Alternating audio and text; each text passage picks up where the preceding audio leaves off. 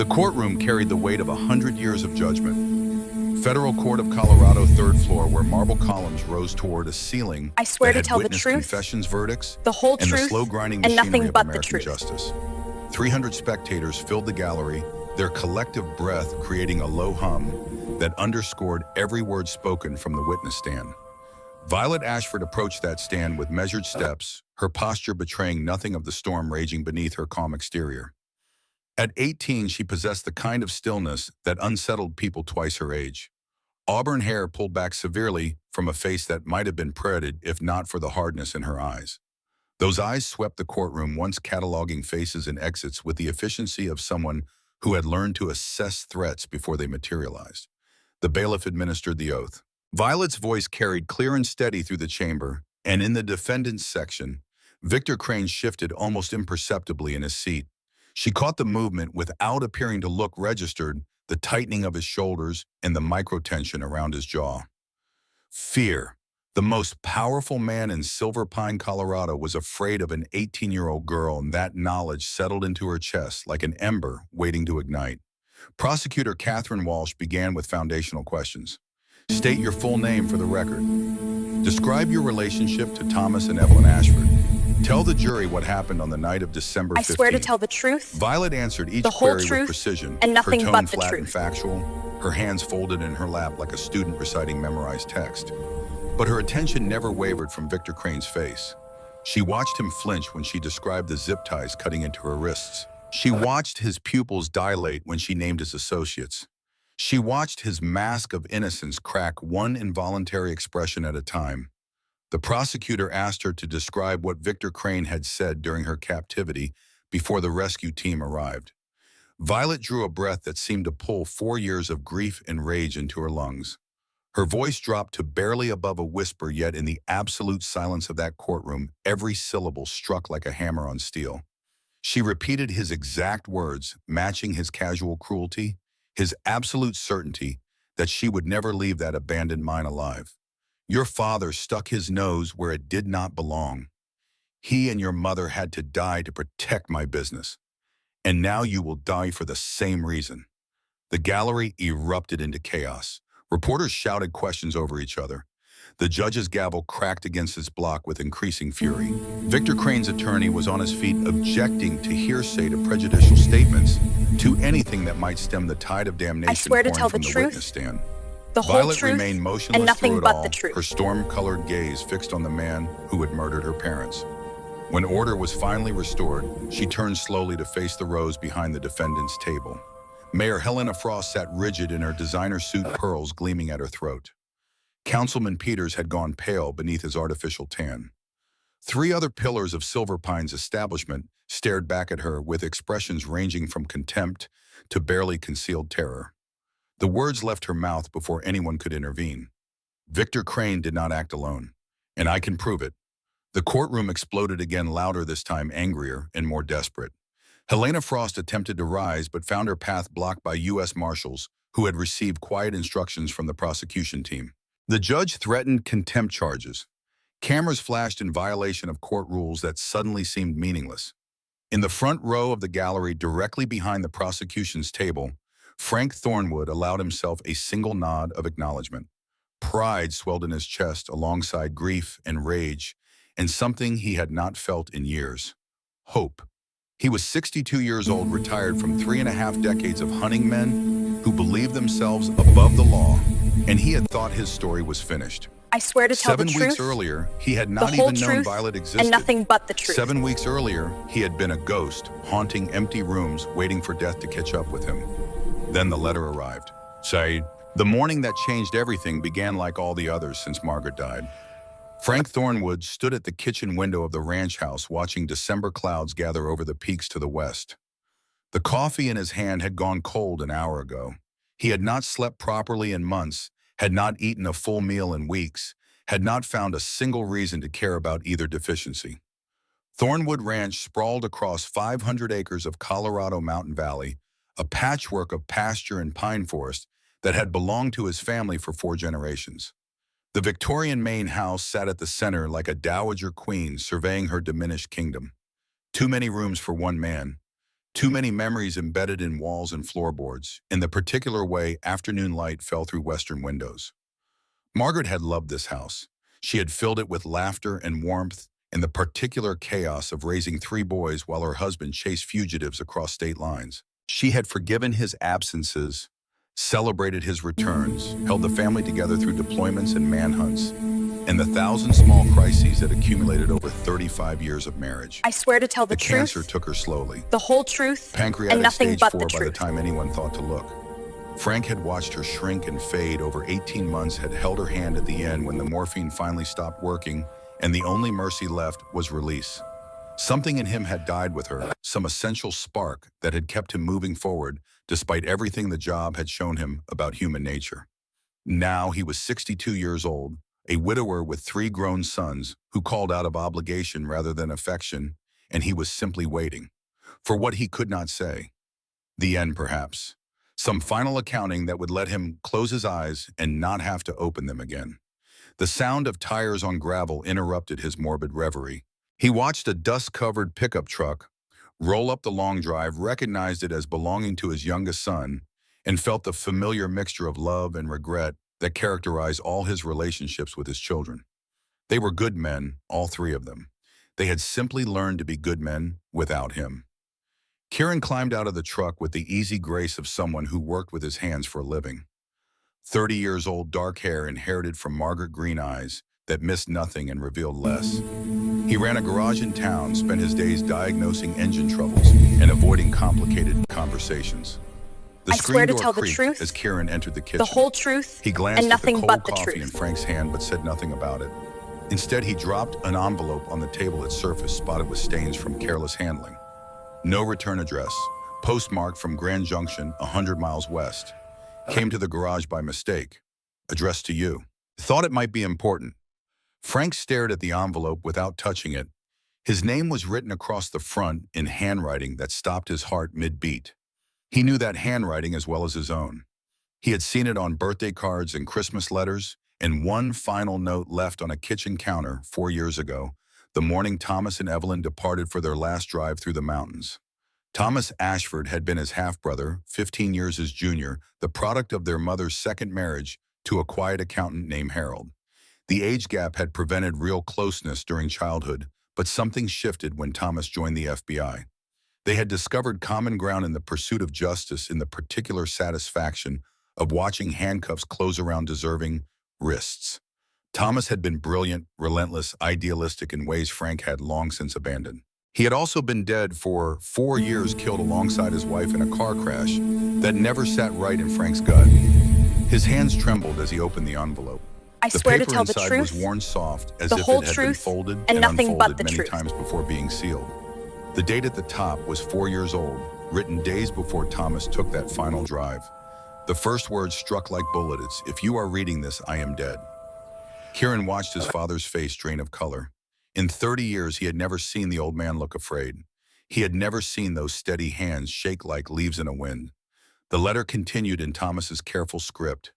He wrote about an investigation that had consumed his final years, about a criminal enterprise buried in the bones of Silverpine, about corruption that stretched from the mayor's office to the Mexican border. He wrote about Victor Crane and Crane Industries, about abandoned mines repurposed for drug trafficking, about shell companies and offshore accounts, and bodies that would never be found.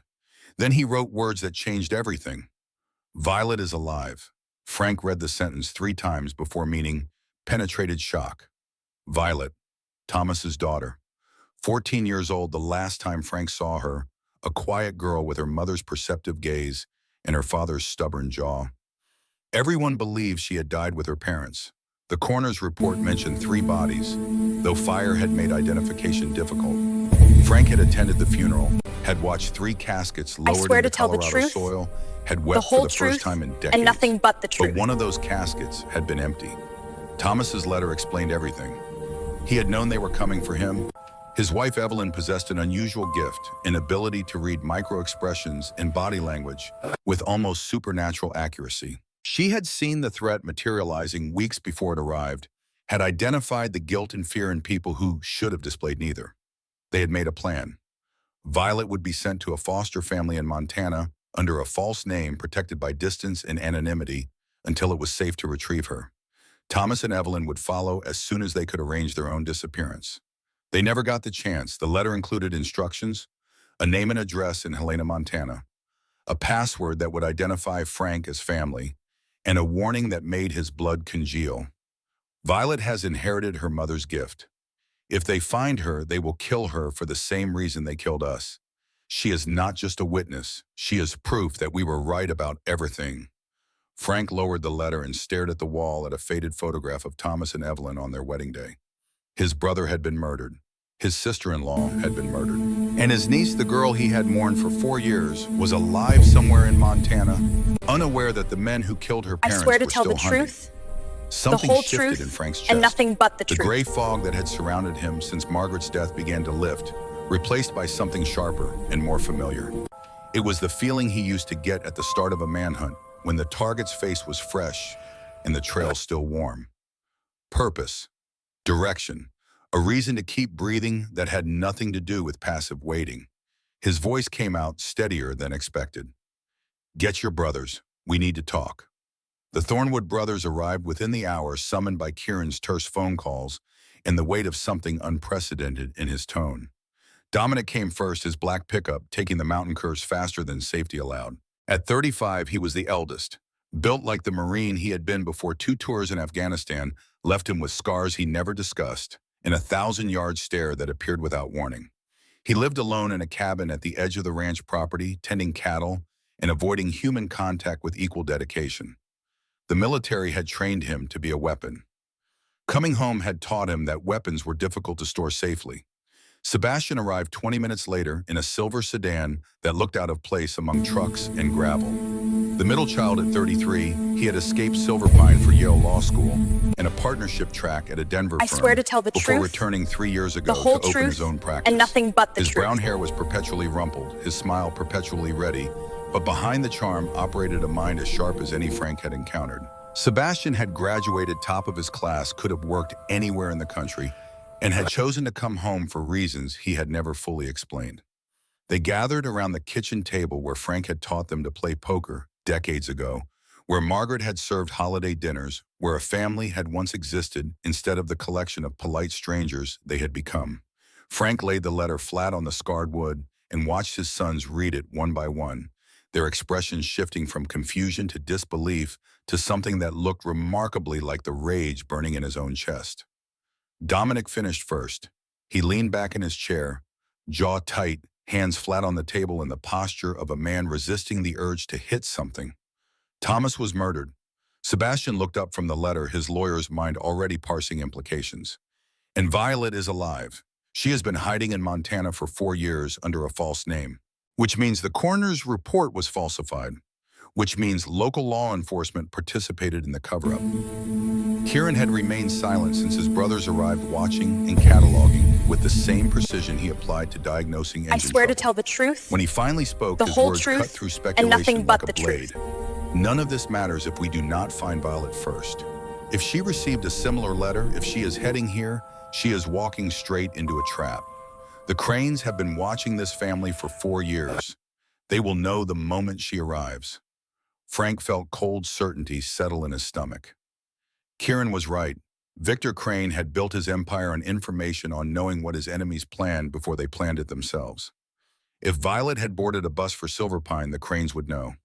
They had eyes everywhere, ears in every conversation. They had transformed the town into a surveillance state without anyone noticing.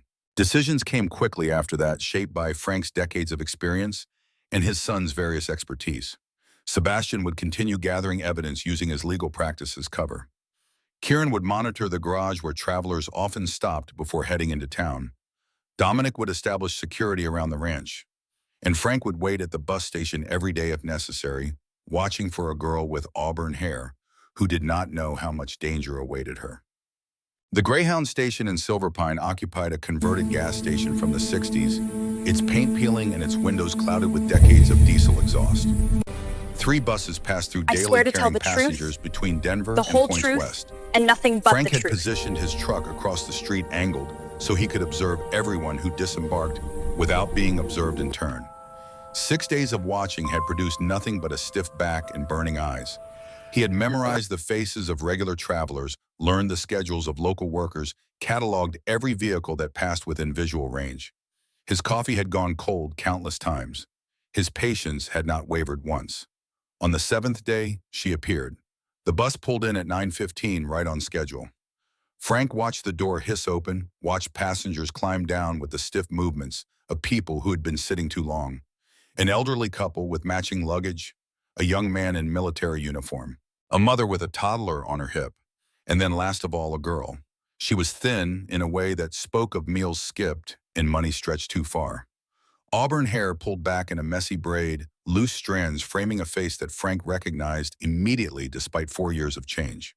It was Thomas's face feminized and softened with Evelyn's perceptive gaze staring out from beneath a furrowed brow.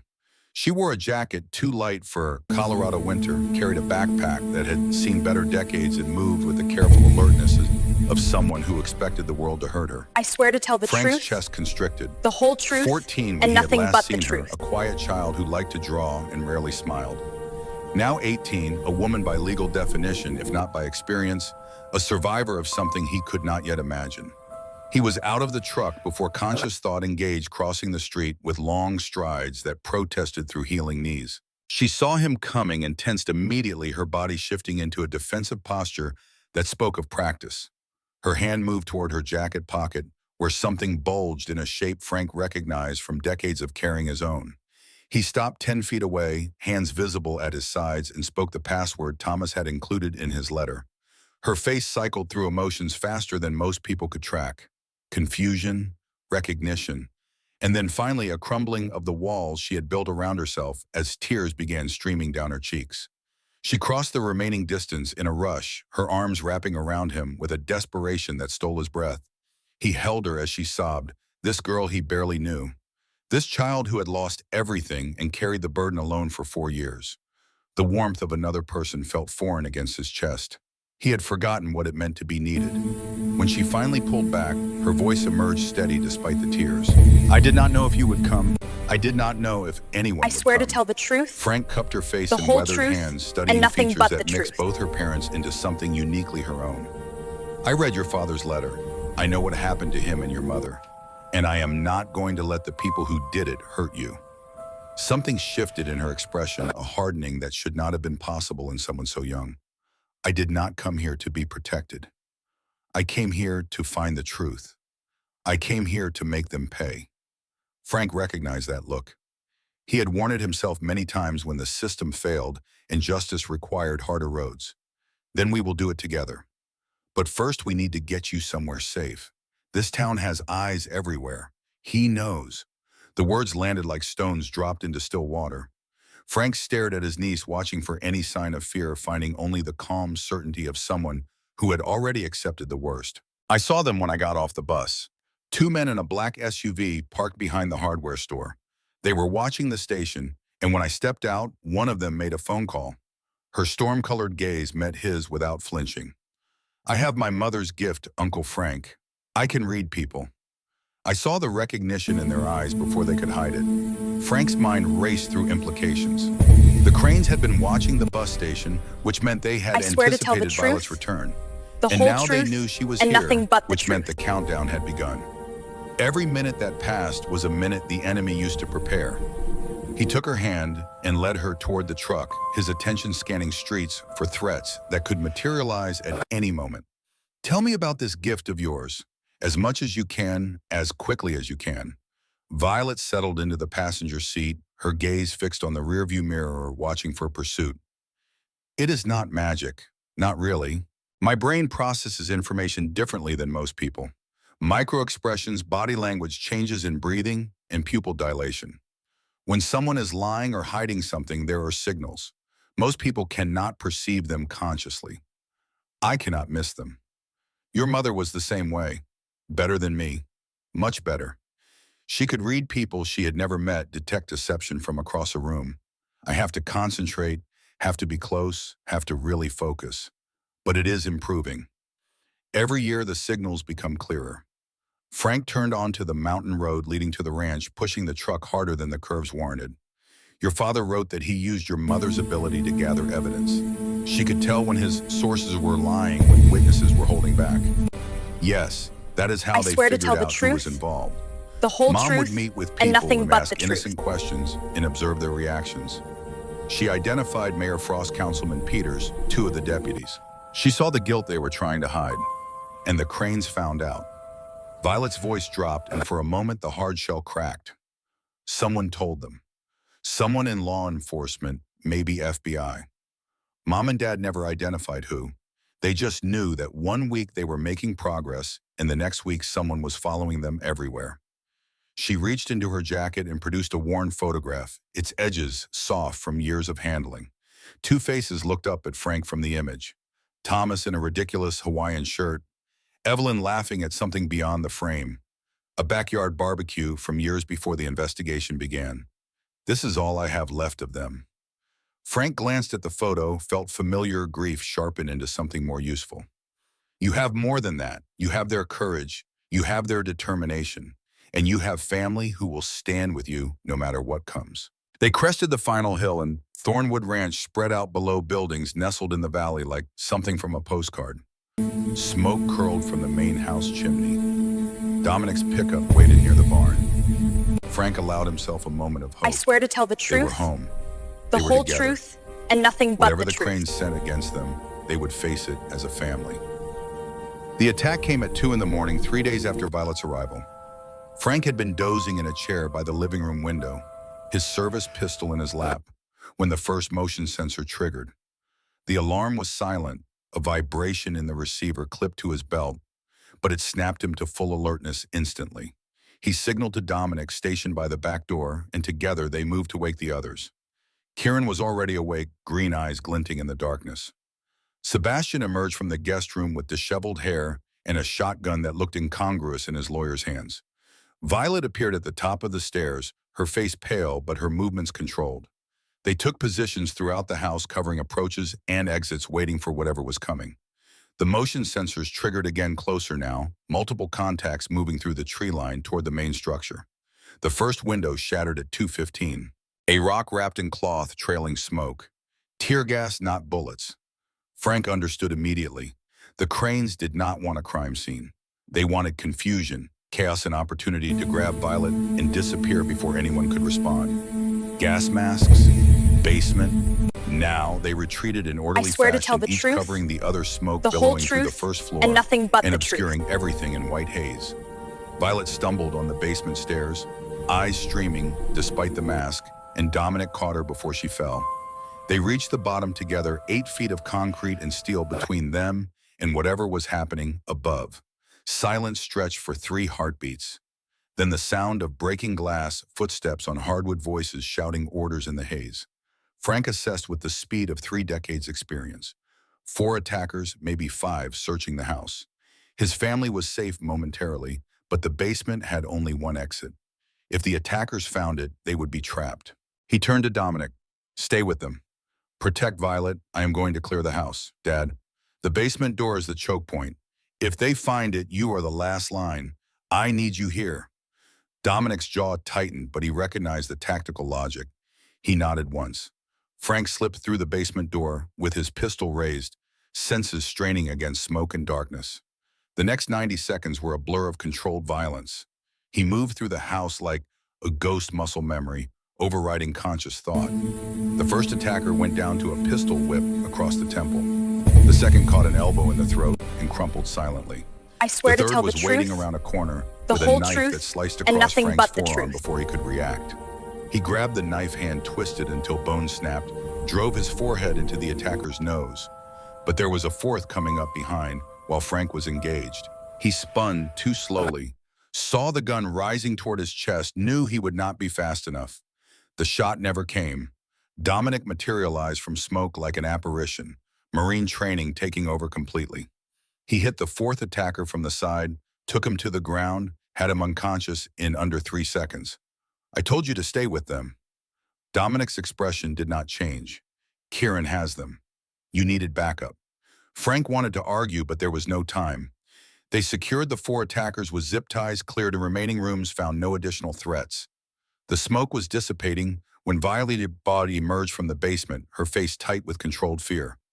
There is a fifth one outside. I can see headlights moving away from the house. Someone is reporting back. Frank cursed under his breath. Victor Crane would know within minutes that his team had failed. He would adjust, adapt, escalate. They needed the evidence Thomas had hidden. They needed it now. The wine cellar beneath the old Thornwood homestead had not been opened in 15 years. I swear to tell the truth, Cobwebs the whole hung from the truth, ceiling and nothing like but the funeral truth. shrouds, and the air carried the musty weight of forgotten decades. Frank descended stone steps with a flashlight in one hand and his bandaged arm throbbing with each heartbeat. Violet followed close behind her presence, a comfort he had not expected to need. Thomas's letter had been specific about the hiding place, behind the third brick from the southeast corner. Frank counted carefully, fingers tracing mortar lines that crumbled at slight pressure. The brick shifted under his touch, revealing a hollow space the original builders never intended. The metal box inside was smaller than expected, no larger than a shoebox but heavy with the weight of secrets. He carried it to a workbench and worked the corroded latch while Violet stood beside him, barely breathing.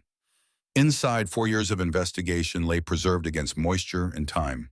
A USB drive wrapped in waterproof plastic. 3 leather journals filled with Thomas's careful handwriting. Photographs printed on professional paper. And a manila envelope stuffed with documents bearing the letterhead of Crane Industries. Frank exhaled slowly. This is everything he gathered before they killed him.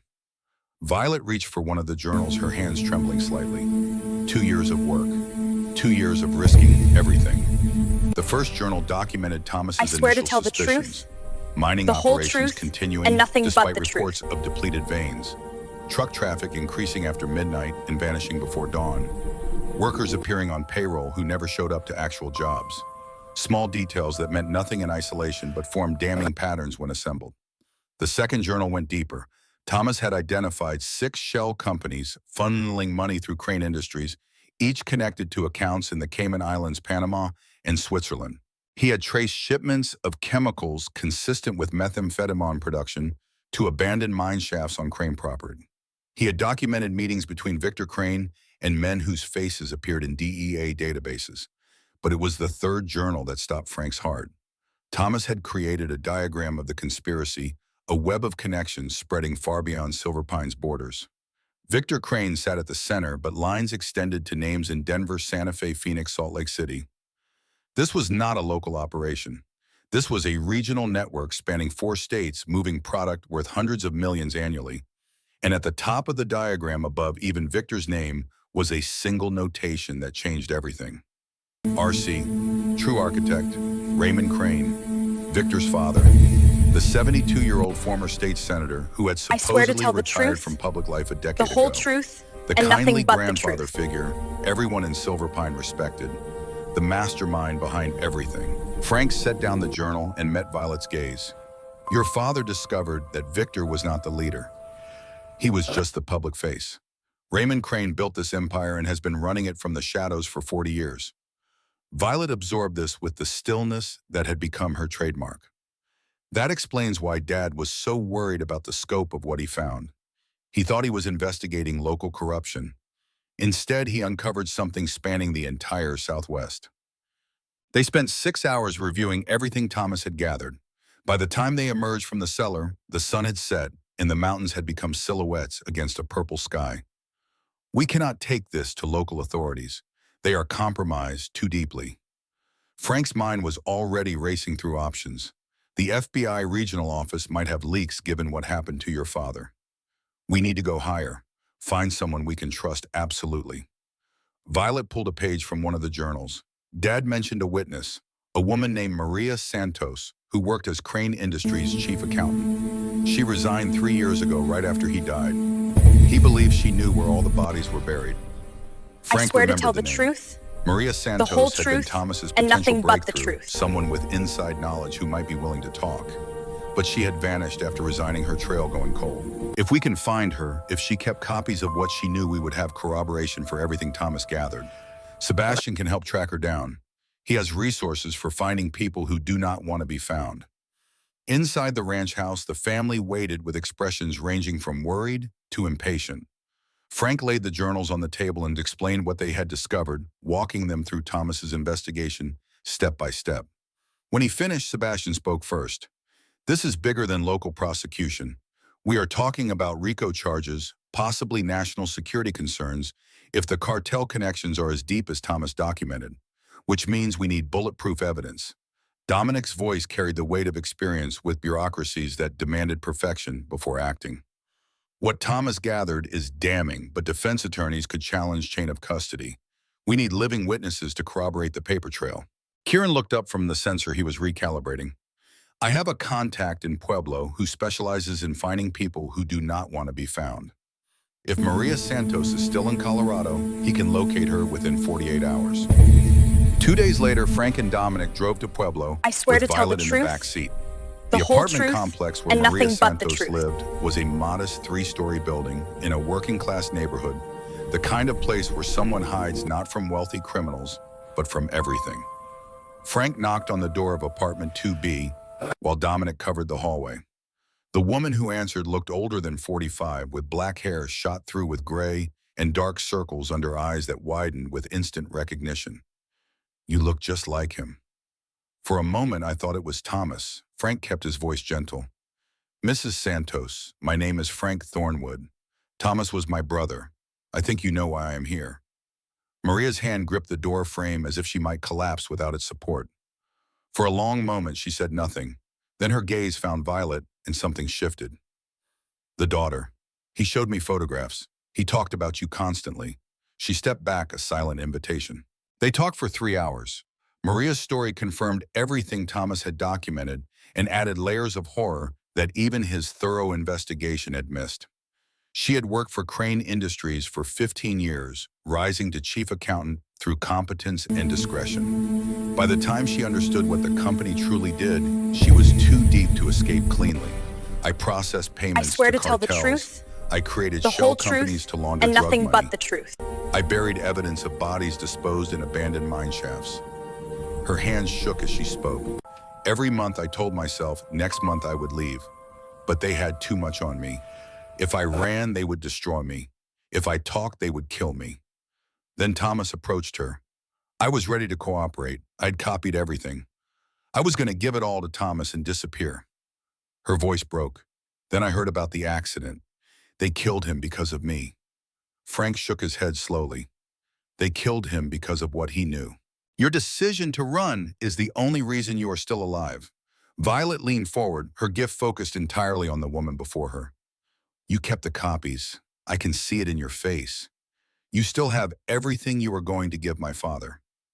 Maria's eyes met Violet's, and something passed between them that required no words. After a long moment, she walked to her bedroom and returned carrying a lockbox. Insurance. If anything happened to me, a lawyer was instructed to send this to journalists. The contents exceeded Frank's hopes. Double ledgers showing true Crane Industries finances, communication records between Victor Crane and cartel representatives, photographs of meetings that should never have happened, I and swear to most tell the damning of all, a truth, recording of Raymond the whole Crane truth, discussing the and elimination nothing of a but the threat truth. named Thomas Ashford. That voice, Violet's face went pale as marble. I would know it anywhere. Raymond Crane ordered my parents killed. This is proof. Frank met Maria's eyes. If you testify, we can protect you. Federal witness protection, new identity, the works. I still have contacts in the Marshal Service who owe me favors. Maria was silent for a long moment. Then she looked at Violet, at the daughter of the man who had tried to save her. For Thomas, and for everyone else they have hurt, I will do it. They left Pueblo as the sun began to set, Maria Santos riding in the back seat with her lockbox clutched against her chest like a talisman. Frank called Sebastian from the road. This is enough. Combined with what Thomas gathered, we have grounds for a federal RICO case. But Sebastian's voice carried tension that turned Frank's blood to ice. Dad, we have a problem. Someone leaked information. I do not know who, but Victor Crane knows you went to Pueblo. He knows about Maria. Frank's eyes went to the rearview mirror just as the first black SUV appeared behind them. We have company. 2 more vehicles emerged from side roads ahead, blocking escape routes. 3 against 1. Bad odds for a I swear to firefight tell on a the mountain truth, road. the Frank whole made a truth, decision in and the nothing span of a but the heartbeat. truth. Dominic, when I stopped, get them out. The old logging road is a quarter-mile ahead on the right. Take them through the forest to the ranger station. Dad, that is an order. The SUV rammed them from behind as Frank hit the brakes, spinning the truck into a controlled skid. Doors opened from all three hostile vehicles, simultaneously men pouring out with weapons drawn. But Dominic was already moving, pulling Violet and Maria from the truck and shoving them toward the tree line. His rifle barked twice, covering fire that sent attackers diving for cover. Run! Violet hesitated for one terrible moment, her eyes meeting Frank's across the distance. 4 years of loss and longing passed between them in an instant. Then she turned and ran. Maria stumbling beside her, Dominic's massive form shielding them as they disappeared into pine shadows. Frank emptied his magazine into the lead SUV, forcing attackers to keep their heads down. He managed to wound 2 before a bullet caught his shoulder, spinning him sideways. A second bullet hit his thigh and he went down. Victor Crane stepped out of the lead vehicle, a smile on his face that promised this was far from over. The hours that followed blurred together in a haze of pain and defiance. Frank woke in a warehouse, hands bound behind his back, shoulder and thigh, screaming with every heartbeat. And nothing but Victor the truth. Crane sat across from him in a folding chair, looking for all the world like a man discussing a business proposition over coffee. Marshall Thornwood, I have heard much about you over the years. Thomas spoke highly of his brother. Frank said nothing. He focused on cataloging injuries, assessing surroundings, searching for any opportunity. I am going to make this simple. Victor's voice was calm, reasonable. You have something I want. The evidence Thomas gathered. The witness, Maria Santos. And most importantly, the girl. Frank met Victor's eyes with a steady gaze. You are going to have to kill me. Victor sighed. I was hoping for practicality, but I suppose stubbornness runs in your family. He walked to a table where several implements lay arranged in neat rows. We have time. The forest is large and my men are searching. Eventually they will find your son and the women. In the meantime, you and I can become better acquainted. The torture began. Victor was methodical, clearly experienced in extracting information from unwilling sources. But Frank had been trained to resist interrogation. He had spent 35 years hunting men worse than Victor Crane. He gave them nothing. Hours passed. Frank lost track of time. Pain became a constant companion, consuming everything else. And then when consciousness was beginning to slip away, he heard gunfire. Not the controlled shots of Victor's men. This was sustained, rhythmic fire from someone who knew exactly what they were doing. Dominic. The warehouse door exploded inward, and Frank caught a glimpse of his eldest son moving through chaos like an instrument of divine wrath. Marine training combined with paternal rage, a combination Victor's hired thugs were utterly unprepared to face. Victor ran. Dominic did not chase him. Instead, he appeared at Frank's side, cutting bonds, checking wounds, his face a mask of professional focus that cracked only when Frank managed a weak smile. Took you long enough. Had to get the women to safety first. Dominic's voice was rough with emotion. Sheriff Cooper is on his way with real deputies. FBI is mobilizing from Denver. It is over, Dad. Not yet. Victor got away. He will not get far. Sebastian has been on the phone with Justice Department contacts all night. They are seizing Crane Industries' assets as we speak. Victor has nowhere to run. But Victor Crane was not a man who accepted defeat easily. For 3 weeks, he remained a ghost, moving through a network of safe houses that decades of criminal enterprise had established. Every FBI lead turned cold. I swear to tell the truth. Every informant who might have known his location either disappeared or met convenient accidents. Frank recovered in a Denver hospital, his shoulder and thigh healing with the speed of a man who refused to stay down. Violet visited every day, her presence a comfort that helped him endure physical therapy and the frustrating limitations of his battered body. Then on the 22nd day, Raymond Crane walked into his hospital room. The old man was frail, leaning on a cane that trembled with every step.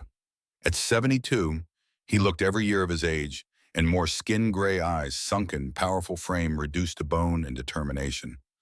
Frank's hand moved toward the call button, but Raymond held up a palm. I am not here to threaten you, Marshall. I am here to make a deal. Frank studied the man who had built an empire on blood, who had ordered his brother murdered, who had spent 4 decades corrupting everything he touched. I am listening. Raymond lowered himself into a chair with the careful movements of someone managing constant pain. I am dying. Pancreatic cancer, stage 4. the doctors gave me 6 months a year ago. I have already exceeded their predictions, but time is running out. Frank said nothing. I did not order Thomas's death. That was Victor acting alone without my knowledge or consent. When I found out what he had done, I was I furious. swear to tell the truth, Raymond's faded eyes met the Frank's. whole truth, Thomas and nothing Ashford but the was truth. an honest man doing honest work. I could have respected that, found a way to coexist. Instead, my son turned him into a martyr and created the very situation we now face. You expect me to believe you had nothing to do with it. I expect you to believe I am here to help you catch my son. Because whatever else I have done, I built my organization on certain principles. No killing of innocents, no targeting of families, no harming of children. Victor violated every one of those principles when he murdered Thomas and Evelyn, and now he is hunting their daughter. Raymond reached into his coat and produced a USB drive. Everything is on here. Victor's location, his remaining assets, the names of everyone still loyal to him. Enough to end this tonight if your FBI friends move quickly. Frank took the drive, weighing it in his palm. Why? Because I am going to die soon, and I want to die knowing my son paid for what he did. Call it a dying man's conscience, or call it revenge for how Victor destroyed everything I built. Raymond stood leaning heavily on his cane. One more thing. The girl Violet, she has her mother's gift, does she not? Frank's expression hardened. That is not your concern. Raymond smiled, a ghost of the I swear to tell the expression that truth, had once charmed voters. the whole truth, When this is over, and she nothing will but be the the truth. most valuable person in law enforcement. The ability to know when someone is lying just by looking at them. Agencies will fight over her. Make sure she chooses wisely. He turned toward the door, then paused. I am sorry about your brother Marshall, for what little that is worth from a man like me. Then he was gone. The FBI moved on Victor Crane's compound that same night. It was a fortified ranch in rural Arizona, protected by motion sensors, armed guards, and a man with nothing left to lose. The raid began at 4 in the morning when darkness was deepest and the human body most vulnerable. Victor did not go quietly. A gunfight erupted that lasted 45 minutes, leaving 3 agents wounded and 7 of Victor's men dead. When it ended, Victor Crane was dragged from wreckage in handcuffs. His empire shattered, his freedom gone, his future measured in decades of prison cells. Frank watched the arrest on a hospital television, Violet beside him, her hand gripping his with strength that belied her slender frame. It is over. Her voice was barely a whisper. He will never hurt anyone again. Frank squeezed her hand. Your parents would be proud of you. My parents would want me to finish what they started. That means testifying at his I trial. swear to tell the truth, That means making sure the the whole world truth, knows and exactly nothing what but Victor the Crane truth. did. Frank nodded slowly. Then that is exactly what we will do. The trial of Victor Crane became the most watched legal proceeding in Colorado history.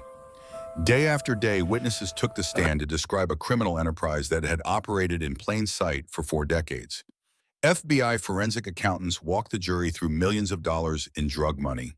DEA agents testified about the pipeline moving methamphetamine across 4 states. Former Crane Industries employees granted immunity for cooperation described bodies disposed in abandoned mine shafts. Maria Santos testified for 3 days, her voice steady despite the fear that must have consumed her. She walked the jury through financial records, proving everything Thomas Ashford had suspected and more. Then it was Violet's turn. She entered through a side door escorted by 2 marshals. 18 years old, dressed in simple gray, walking with composure that belied the magnitude of what she was about to do. Frank watched from their front row, his shoulders still aching from wounds only beginning to heal. His son sat beside him, a wall of support for the young woman who had become the center of their family. The prosecutor began with foundational questions. Violet answered with precision, her voice never wavering. Then I came the swear to recording. tell the truth, 12 minutes of the Victor whole and truth, Raymond Crane and nothing but the discussing truth. logistics, payments, and the elimination of a threat named Thomas Ashford. When it ended, silence filled the courtroom like water filling a vessel. Violet spoke into that silence. That is my father they are discussing. That is Raymond Crane ordering his death. And that is Victor Crane agreeing to carry out the murder. The defense attorney attacked her credibility, her memory, her motivations. He suggested she was a traumatized child inventing stories. Violet dismantled each argument with surgical precision. When the attorney questioned her motives, she looked directly at Victor Crane and spoke words that would be quoted in newspapers across the country. I did not come here seeking revenge. Revenge is personal, emotional, ultimately empty. I came here seeking justice. There is a difference, and men like Victor Crane cannot understand that difference because they have never experienced accountability. They believe wealth and power place them above the law. Today we prove them wrong.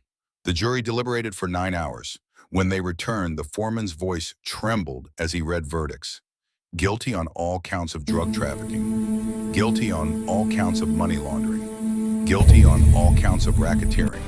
And guilty on 2 I swear to counts tell of the murder truth, in the first degree. the whole truth, Victor Crane's and face nothing went but the white. truth. His attorney slumped in defeat. The gallery erupted. But Frank's attention was fixed on his niece. Violet sat perfectly still, tears streaming down her cheeks, hands clasped in her lap. 4 years of hiding. 4 years of wondering. 4 years of carrying a burden no child should bear. And now finally the weight was beginning to lift. The sentencing hearing took place 3 weeks later. Victor Crane received life without possibility of parole. Raymond Crane, who had negotiated a plea agreement in exchange for testimony against his son, was granted house arrest for his remaining months. Pancreatic cancer would serve as his final judge. He died 6 weeks later alone in the house where he had built an empire that his son had destroyed. Helena Frost and the 3 city council members faced separate trials that stretched through spring and into summer. One by one they fell before the weight of evidence. The mayor received 25 years. The councilmen received sentences ranging from 10 to 15 years. By the time autumn arrived, Silverpine had been transformed. A special election replaced imprisoned officials, with reformers campaigning on transparency and accountability. The new mayor made her first official act a public apology to the I Ashford swear to family tell the truth, for failures that the had whole allowed their truth, murders to go and nothing unpunished. but the truth. The FBI closed the Crane investigation with a final report documenting a criminal enterprise that had operated for 4 decades and generated profits exceeding $500 million. Assets were seized, accounts frozen, properties auctioned to fund victim compensation. And through it all, the Thornwood family found its way back together. 3 years passed. Frank stood on the porch of the ranch house watching the sun sink behind mountains that had witnessed 4 generations of Thornwood struggles and triumphs. He was 65 now, hair more silver than brown body carrying the accumulated weight of decades. But his eyes were clear and his heart was full in ways he had never expected. The sound of vehicles on gravel pulled his attention to the present. Sebastian's sedan appeared first, followed by Kieran's truck and the compact Violet had purchased with money saved from her university job. They arrived for Sunday dinner every week. Now a tradition started during the trials that had somehow survived into peacetime. The front door opened behind him, and Dominic emerged carrying a platter of steaks. His eldest son had changed in ways beyond the obvious. The ice in his gaze had thawed, replaced by warmth that still surprised people who remembered the silent, haunted man he had been. A gold band glinted I on his swear to left tell hand. the truth, His wife Elena, whole a truth, social worker and who had nothing approached but him the about truth. veterans resources and stayed for different reasons entirely, was setting the table inside. The family gathered on the back deck as sky turned orange and purple. Frank looked around at faces that had become familiar, again at relationships rebuilt from wreckage. Sebastian sat beside Amanda, a high school teacher who laughed at his terrible jokes. Kieran had brought Diego, a 19-year-old mechanic whose father had worked for Crane Industries and was serving time. And Violet sat at Frank's right hand, her eyes reflecting firelight, her presence a reminder of everything lost and everything found. She was 21 now, a junior at the university, fielding offers from federal agencies interested in her unique capabilities. Frank raised his glass. Conversation fell silent. 4 years ago, I thought my life was over. I was waiting in this house. Then a letter arrived from my brother and everything changed.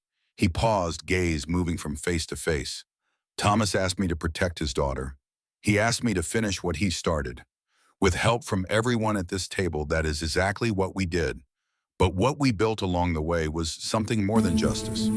We built a family. Violet reached over and took his hand. We do not get to choose circumstances of birth or I swear to tell the tragedies that truth, shape us.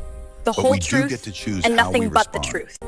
Every person here chose courage over fear, love over isolation, hope over despair. He raised his glass higher. To Thomas and Evelyn, who gave everything to expose the truth. To Margaret, who made me the man I needed to become. And to all of you who gave an old man a reason to keep living. They drank, and the moment held suspended in amber Colorado light. Later, after dishes were cleared, Frank and Violet walked together to the small cemetery at the edge of the property. 2 headstones had been added since the trial markers for Thomas and Evelyn, standing beside generations of thornwoods. Violet knelt before her parents' graves, placing flowers she had brought from town. Lavender for her mother, white roses for her father. I still talk to them sometimes. Her voice was soft. I tell them about school, about cases the FBI wants me to consult on, about how Dominic actually smiles now. I like to think they can hear me. Frank stood beside her. I believe they can, and I believe they are proud of you. Violet rose and turned to face him. I used to be so angry. After I learned the truth, I wanted to burn everything down. I thought revenge was the same as justice.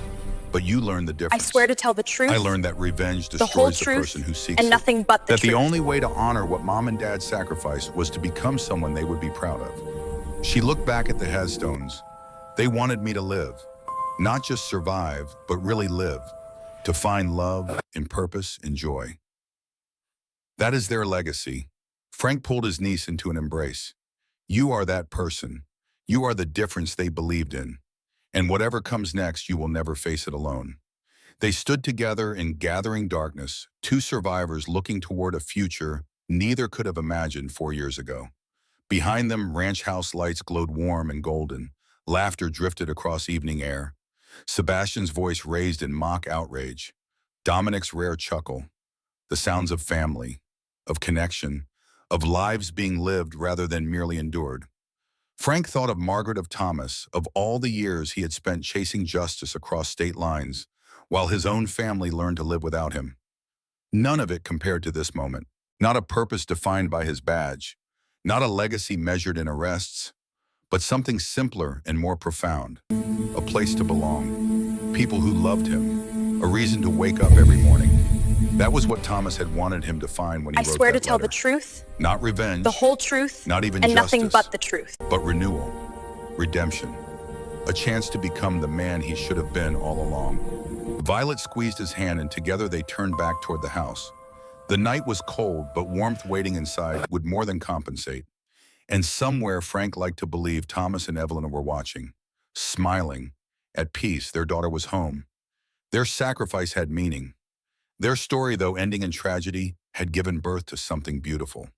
The Thornwood family, broken for so long, had finally become whole. And that was enough. That was more than enough. That was everything.